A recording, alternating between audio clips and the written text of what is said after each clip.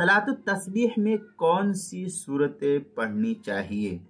चुनांचे सलातुत तस्बीह में कोई ख़ास सूरत का पढ़ना ये मुतय्यन नहीं है, बल्कि हस्बे मौका और हस्बे सहूलत कोई भी सूरत पढ़ी जा सकती है। सब सूरतों के पढ़ने की गुंजाइश है, जो भी सूरत हो सके।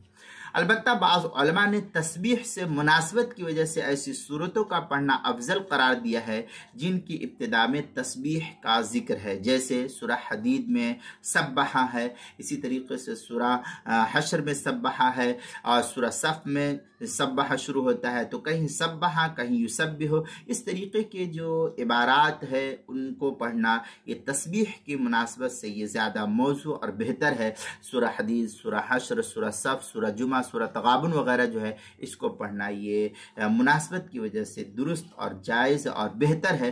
ताहम अगर कोई आदमी इसके अलावा कोई और सूरत को पढ़े तो इसमें कोई हरज की बात नहीं, जायज़ और दुरुस्त है।